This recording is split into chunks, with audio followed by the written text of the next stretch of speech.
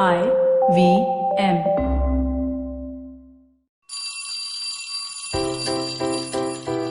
Hello one, hello all. Welcome to the Diary of the Traveling Professor. And I'm Siddharth Deshmukh, your friendly neighborhood traveling professor himself. Well, this Thursday, what do I have in store for you? This diary entry of mine is all about the learnings that I've got from all the podcast sources and the reading sources that I've been actually dipping myself into. And I just thought that perhaps I just maybe share both those sources and the insights that I have got from those sources and what you can look forward to if you listen to some of those, right?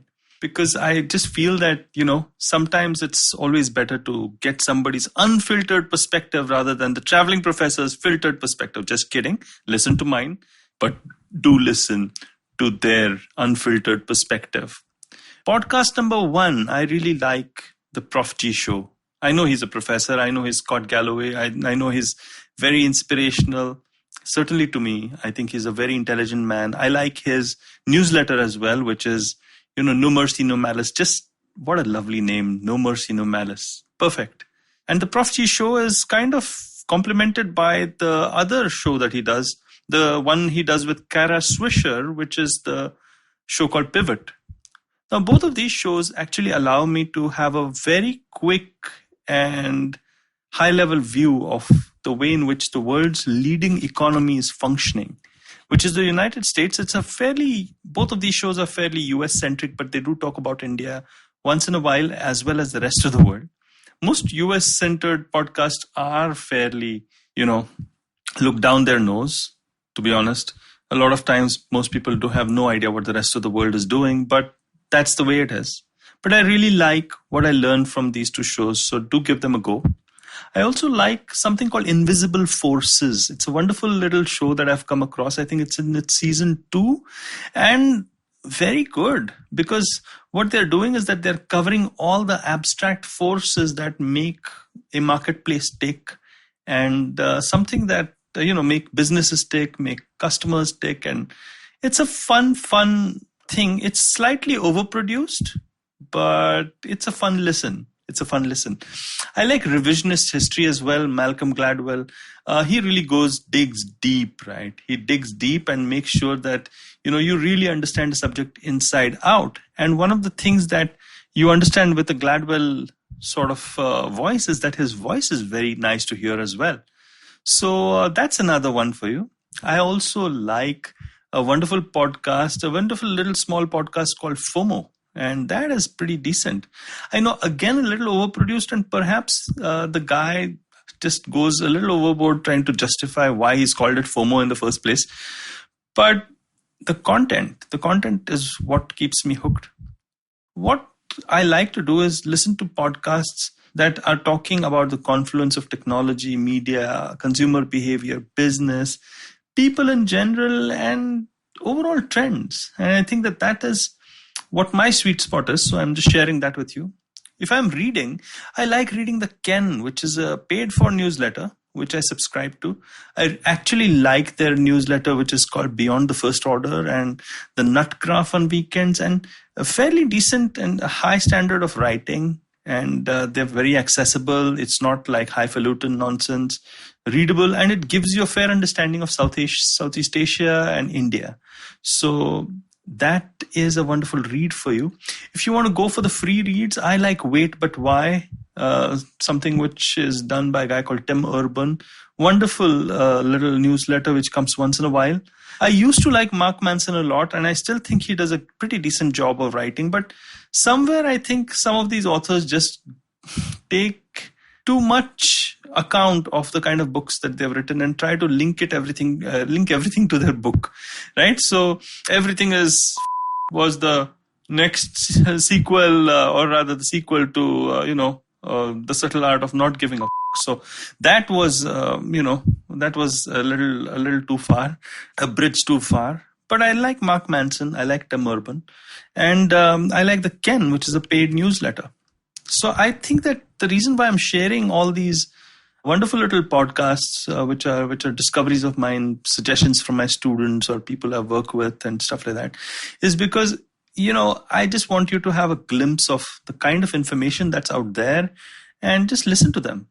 And while we're on the subject of listening, what I wanted to say was that I thought deeply about how I should be listening to a podcast.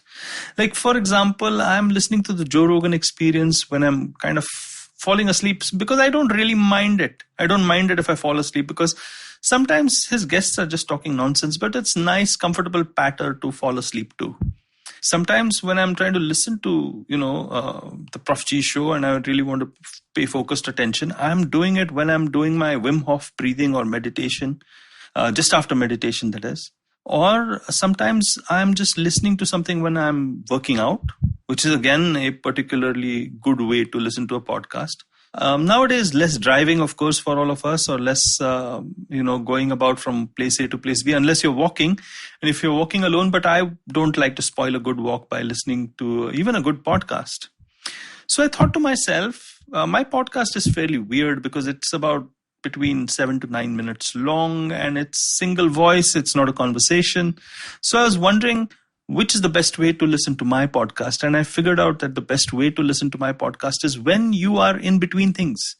When you've just finished a piece of work, or you've just gone out to brew yourself some coffee, or you've got a few minutes, a 10-minute break somewhere, and you wanted to just shake things up a little. And listen to something that can make you perhaps look at the world differently and present a different way of solving something or just looking at something. So I think that is one really good way of utilizing my podcast. The second way is to just run it on as you work out, but just play many at a time. All the ideas are different. I try to keep my podcasts quite unique, so there's very little repetition. So the idea should be to just let them go on till the time that you feel stuffed, okay, and can't listen to anymore. Then just stop it. Don't listen anymore. Wait a bit, and then don't, go on binging. Just go somewhere else. But the best way to listen to my podcast is those little 10-minute breaks that you can get. So here we go. Some recommendations for sources, some insights into why I like them, and some insights into how you can listen to podcasts. By the way, newsletters, if you want to read newsletters, nothing like the loo is what some people would say. But what I do find is that I like to give a break to my own mind when I'm working and kind of split my day into reading something completely offbeat between strenuous work.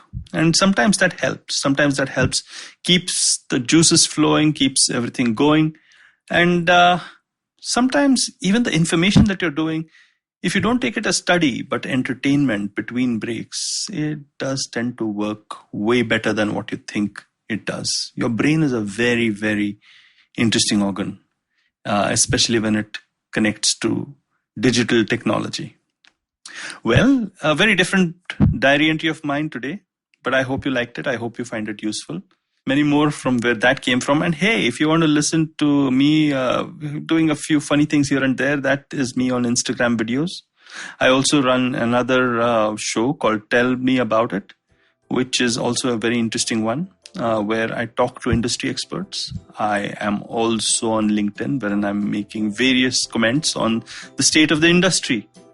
And if you like podcasts like these, please go to ivmpodcast.com, or better still, download the app, or just go to your favorite place where you listen to all the podcasts. Until next time then, see you soon.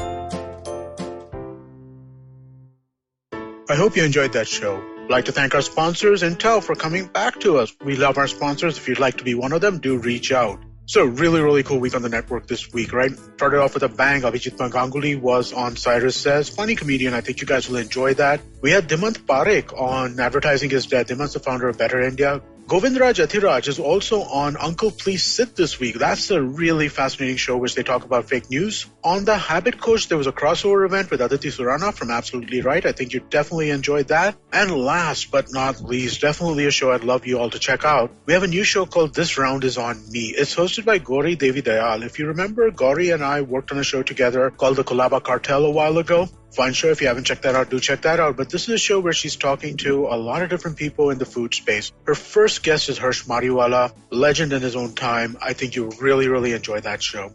But with that, we hope to see you again next week. Do you have a night routine? Well, everyone has one. And the to-do list usually looks like this. Brush your teeth, set that alarm, get into your pajamas, and switch off those screens. But here's one more to add to that list. Tune into the Positively Unlimited podcast for a dose of positive action and tips on how to build powerful mindsets.